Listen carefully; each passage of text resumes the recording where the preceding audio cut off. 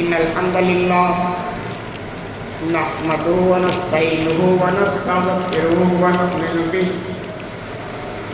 ونعوذ بالله من شرور أنفسنا ومن سيئات أعمالنا من يهده الله فلا مضل له ومن يضلل فلا هادي له وأشهد أن لا إله إلا الله وحده لا شريك له وأشهد أن محمدا عبده ورسوله أما بعد فإن خير الحديث كتاب الله وخير الهدي هدي محمد صلى الله عليه وسلم وشر الأمور محدثاتها وكل محدثة بدعة وكل بدعة ضلالة وكل ضلالة في النار. أعوذ بالله من الشيطان الرجيم. بسم الله الرحمن الرحيم. رب اشرح لي صدري ويسر لي أمري واحلل عقدة من لساني يفقهوا قولي.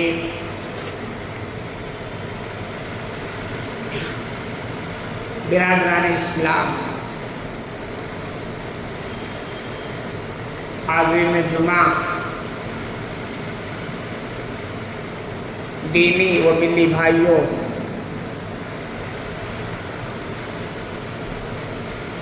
بزرگوں اور دوستوں، پردہ نشین اسلامی ماں اور بہنوں اور عزیز بچوں،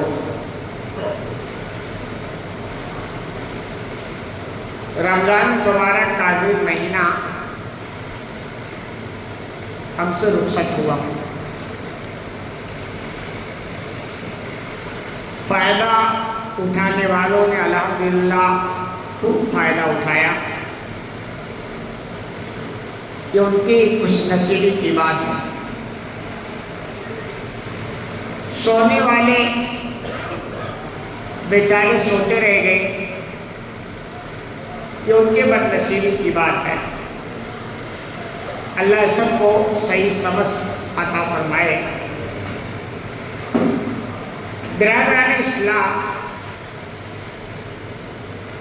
اللہ نے ہمیں اس بار فانی کے اندر پیدا کیا.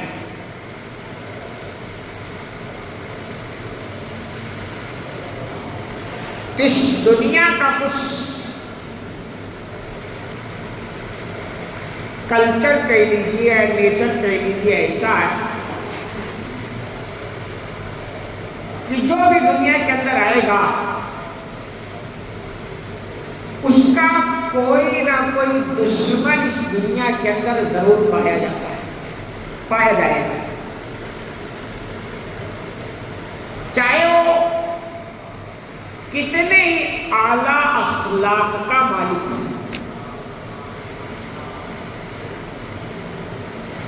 کسی پر وہ چاہے کبھی بھی غصہ ہی نہ کرے،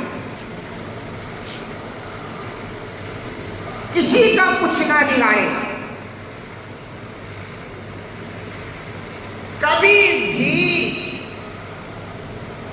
معمولی سے معمولی تکلیف بھی کسی کو نہ پہنچائے. تب بھی ایسا نہیں ہو سکتا ہے اس دنیا کے اندر کوئی اس کا دشمن نہ ہو. ایسا ہو ہی نہیں سکتا. یہ دنیا کا کچھ سسٹم ایسا ہے، کلچر اور نیچر ایسا ہے کہ یہاں ہر ایک آدمی کا کوئی نہ کوئی دشمن ضرور رہے گا. اس لیے اللہ رب العالمین نے ہر انسان کو تقریباً اتنا عقل تو دیتا ہی ہے جس سے وہ اپنے اور پرائے کو سمجھ جاتا ہے. دوست اور دشمن کی تمیز وہ کر پاتا ہے. اتنی عقل تو سب کے پاس ہوتی ہے. وہ الگ بات ہے، بسا اوقات دھوکا کھاتا ہے. یہ اللہ نے دیا. یہی وجہ ہے کہ جب انسان کو پتا ہو جاتا ہے کہ صاحب یہ میرا دشمن ہے تو بہت ہی اس سے محتاط ہو کر زندگی گزارتا ہے، احتیاط کے ساتھ قدم رکھتا ہے اس کے ساتھ. اور جب اس بندے کو یہ پتا ہو جاتا ہے صاحب یہ میرا دوست ہے، جگری دوست ہے، کبھی بھی نقصان نہیں پہنچائے گا، سے بے خوف ہو جاتا ہے، اسے محتاط تو نہیں رہتا. لیکن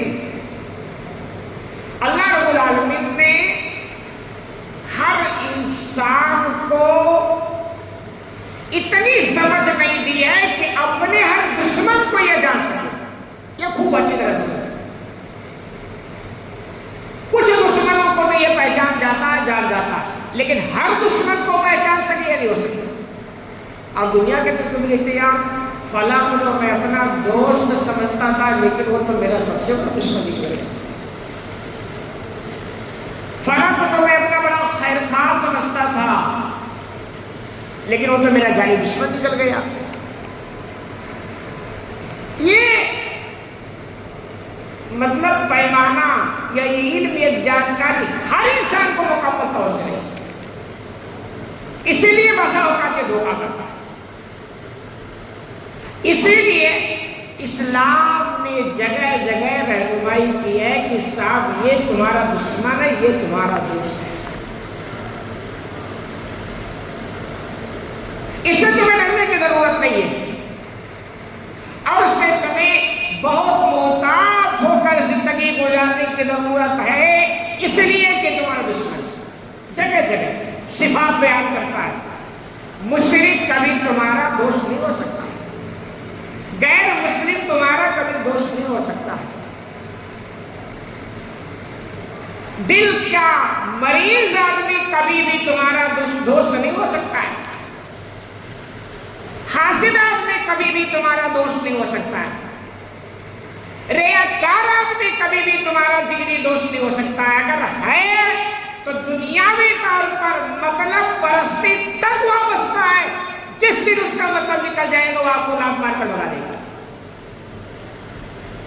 ایسے جگہ جگہ رہنمائی کی. دنیا میں انسان کو زندگی گزارنے کے لیے بہت محتاط کے ساتھ زندگی گزارنے کی تلقین کی. یہ تقریباً سب سمجھتے ہیں، لیکن اصل ہمارا جو دشمن ہے نا،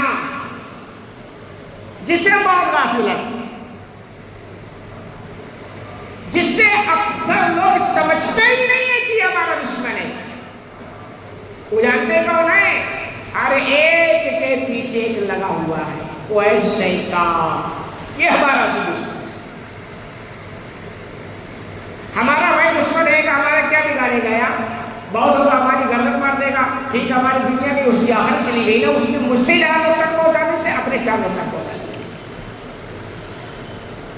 لیکن اللہ کے بندو، شیطان یہ وہ دشمن ہے جو آپ کی آخرت برباد کرنے پر تلا ہوا ہے، جو آپ کو جہنم میں پہنچانے پر پوری توبہ میں وہ لگا ہوا ہے. یہ وہ دشمن ہے. اس سے ہمیں ہوشیار رہنے کی ضرورت ہے اور اس کی محنت، اس کی توبہ، اس کی کارستانیاں، اس کی کوششیں انسانوں کو جہنم میں پہنچانے میں اتنی خطرناک ہے کہ اتنی محنت تو آپ اپنی جنت کے حصول کے لیے بھی نہیں کر پا رہے ہوں. اسی لیے آپ قرآن کو مطالعہ کریں گے، اللہ نے جگہ جگہ آگاہ کیا کہ یہ تمہارا دشمن ہے، حقیقی دشمنی ہے، خطرناک دشمنی ہے. تمہیں جہنم میں پہنچانا چاہتا ہے، تمہاری آخرت برباد کرنا چاہتا ہے. اور سب سے بڑا مسئلہ یہ ہے کہ ہماری یہ دشمن ہمیں نظر نہیں آتا. سب سے بڑا خطرناک ہے، کہتے وہ دشمن جو دکھتا ہے سامنے ہوتا آدمی اس سے بچ جاتا ہے. لیکن ایسا دشمن جو چھپا ہوا ہو، جو دکھائی نہ دے، جو کسی آدمی میں رہے، وہ تو سب سے خطرناک ہوتا ہے.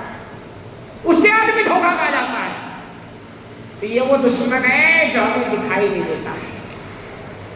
تیسرا آپ کو تعجب ہوگا کہ یہ وہ دشمن ہے جو کہتا نہیں ہے کہ میں تمہارا دشمن ہوں، یہ ہمیشہ کہے گا میں تمہارا دوست ہوں. بڑا غضب کا معاملہ ہے. ایک دشمن ہے جو کہتا ہوں میں تمہارا دشمن ہوں، تمہارے کیا بگاڑنا.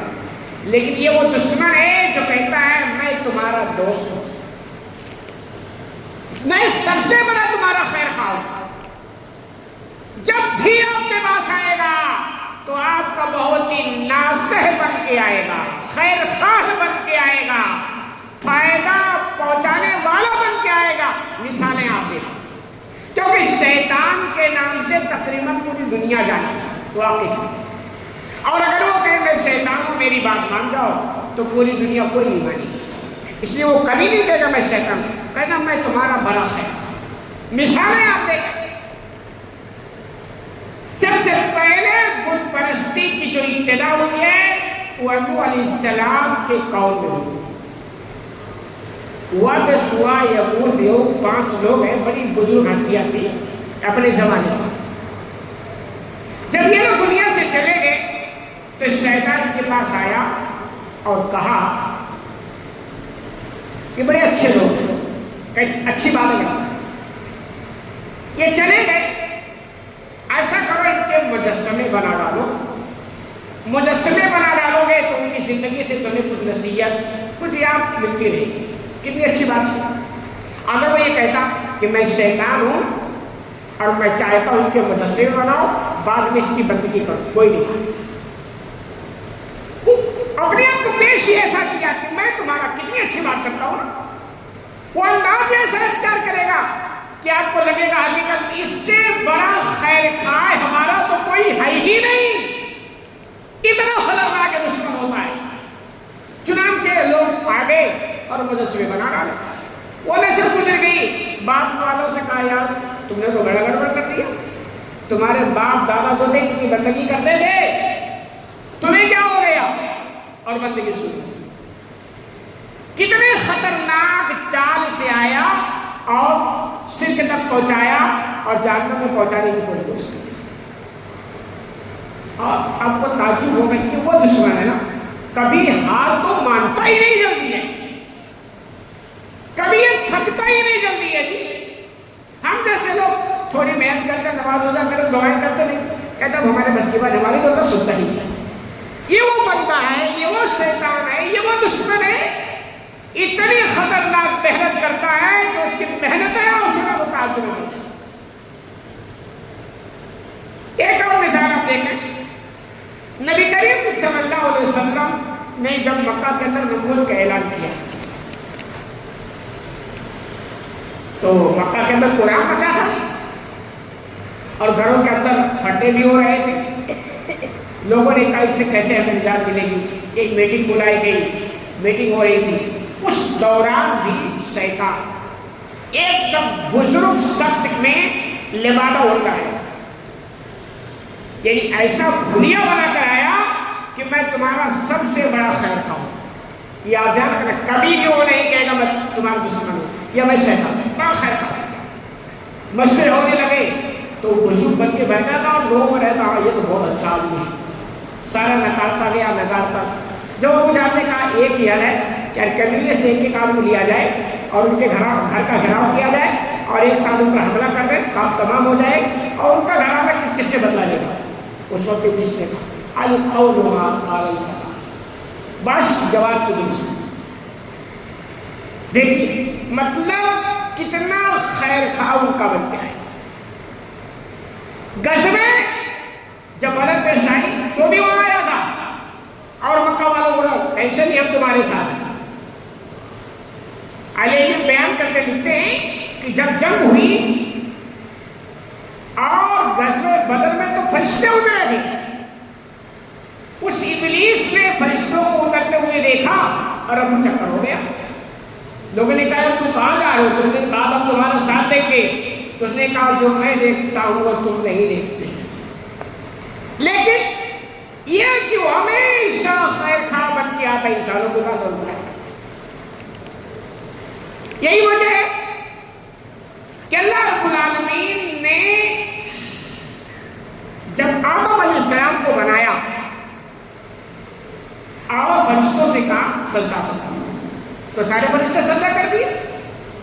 یہ بندہ جو ابلیس تھا اس نے انکار کیا اور خوب اچھی طرح سمجھ لیا، یہ چونکہ فرشتوں میں سے تھا نہیں، علم جو بیان کرتے ہوئے کہ یہ تو جنوں میں سے تھا، لیکن اس قدر اس نے بندگی کی، اتنا زیادہ اپنے آپ کو عبادت گزار بنایا اور ایسا تاثر دیا کہ صاحب میں اس جماعت میں رہنے کے لائق نہیں ہوں بلکہ میں فرشتوں کی جماعت میں رہنے کے لائق ہوں.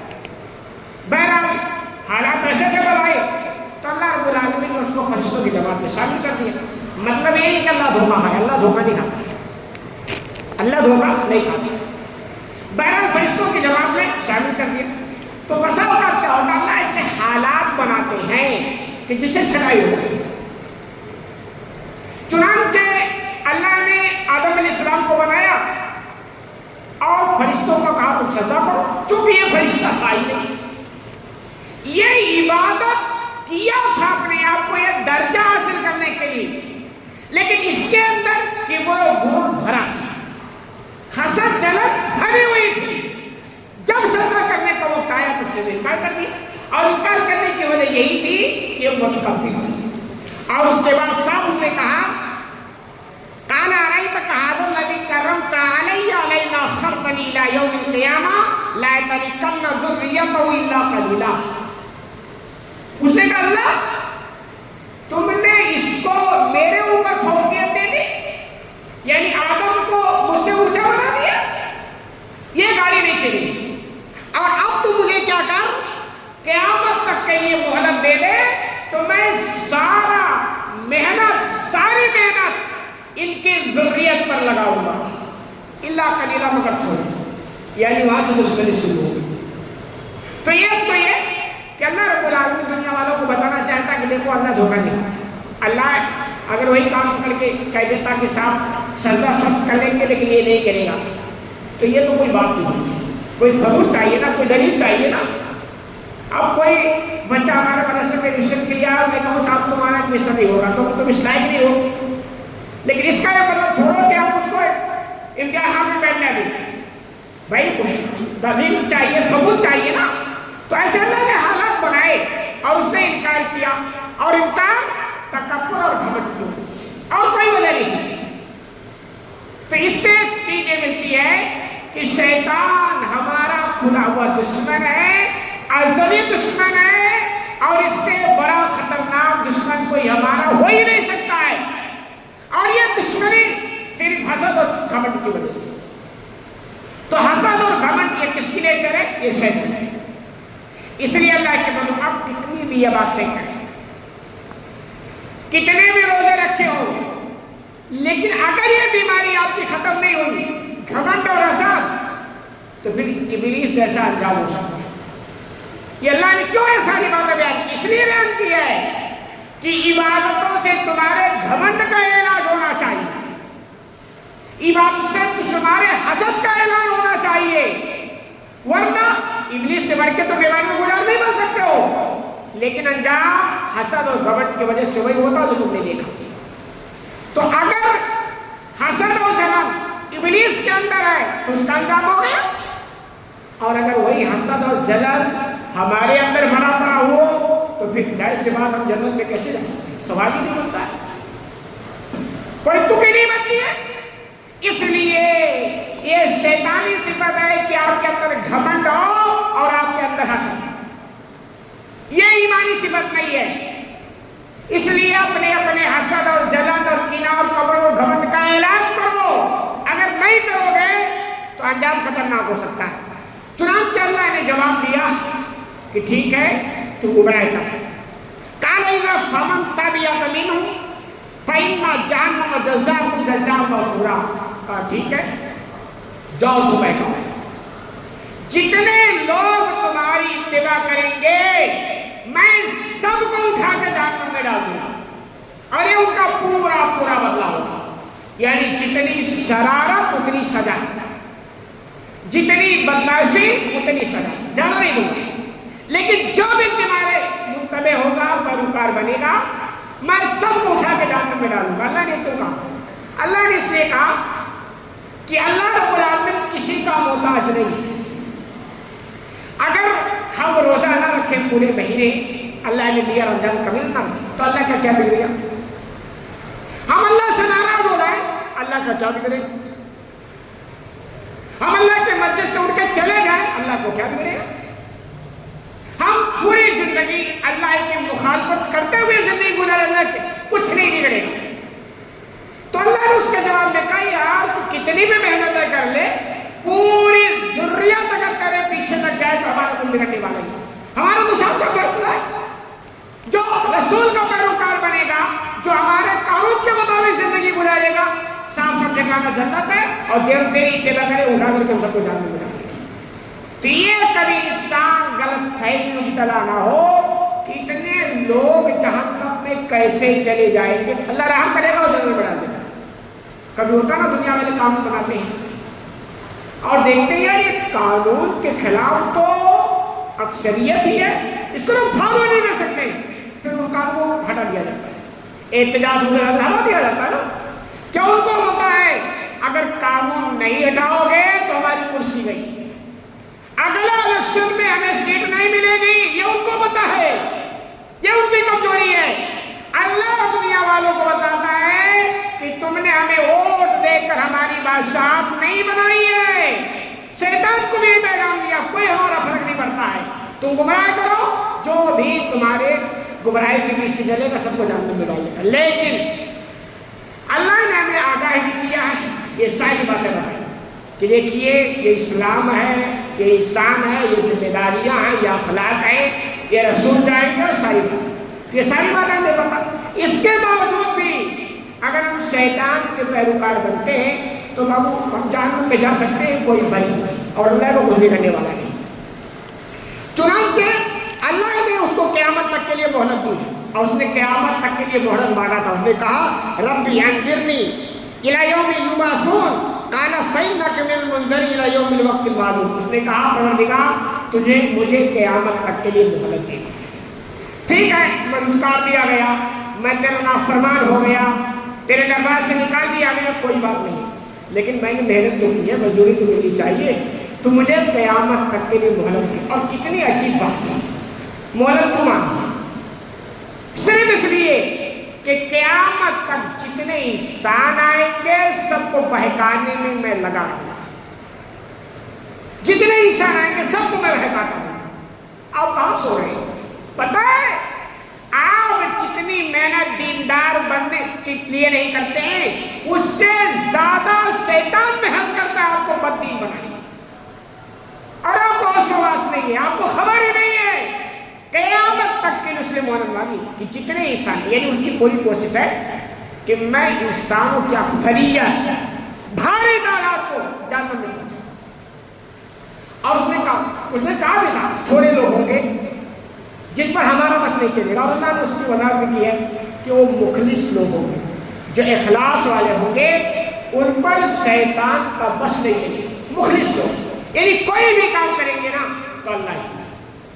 جب بندہ ایسا ہو جاتا ہے کہ ہر کام صرف اللہ کے لیے کرتا ہے نا, تو اللہ رب العالمین اس کا محافظ بن جاتا ہے, اس کا نگہبان بن جاتا ہے, اس کا حفاظت کرنے والا بن جاتا ہے. پھر دنیا کا کوئی معاملات کا اس کو نہیں بنا سکتا. تو مخلص بنیے, اخلاص والے بنیے. ہمارے اخلاص کا پتہ تو رمضان کو میں نے جاتے ہی چل گیا.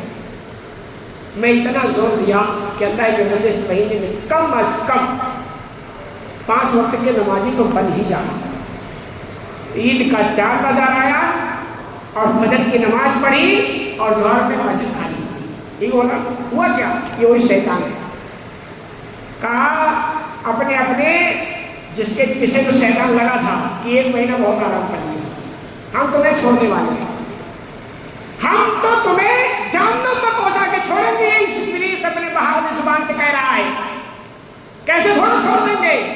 اور حقیقت میں ہماری غیروں کی بات تو چھوڑو, ہمیں آگاہی کیا گیا, ہمیں بتایا گیا تمہارے دشمن ہے, تمہیں دکھائی نہیں دیتا ہے, تمہارے پیچھے لگا رہے گا, اور آخر کا انجام اس کا کیا ہے کہ وہ اپنے ساتھ تم کو جہنم میں لے کے جائے گا. اور ہمیں آگاہی کیا گیا, اور ہم کو پتہ ہی نہیں. ہم رمضان تک پوری محنت کی, نماز پڑھے, تلاوت کیے, کیا ہم پتہ نہیں کیا تھی. اور رمضان آیا گیا, عید کا چاند نظر آیا, ہم بھی پتہ نہیں کہاں گئے. یہ کیا شہر پکڑ لیا لگا کہ تھوڑا کرنے دیں گے, بس 1 مہینے تک ہم قید تھے, اب ہم آزاد ہو گئے تو اب تم کو آزاد نہیں رہتے. اس لیے اللہ کے بندے اپنے اصل دشمن کو پہچانو. وہ کون ہے؟ شیطان ہے. اس کی زندگی کا مقصد تمہیں جہنم میں پہنچانا ہے. اس کی زندگی کا مقصد تمہاری آخرت برباد کرنا ہے. اس کی زندگی کا مقصد تمہیں خواہش, تمہیں بدکار, تمہیں بدکردار, تمہیں بے حیا بنانا ہے. اور ہمیں کہ کہ ہمیں پتہ نہیں. اسی موضوع پر انشاءاللہ اگلے بیان پہ ہم بات کرنے کی کوشش کریں. اللہ رب العالمین سے دعا ہے کہ العالمین تو نے کہیں اس میں زیادہ عمل کرنے کی توفیق عطا فرما. آمین. بارک اللہ لنا ولکم فی القرآن المجید ونفعنا وإیاکم بالآیات والذکر الحکیم. انہ تعالی جواد کریم رؤوف رحیم.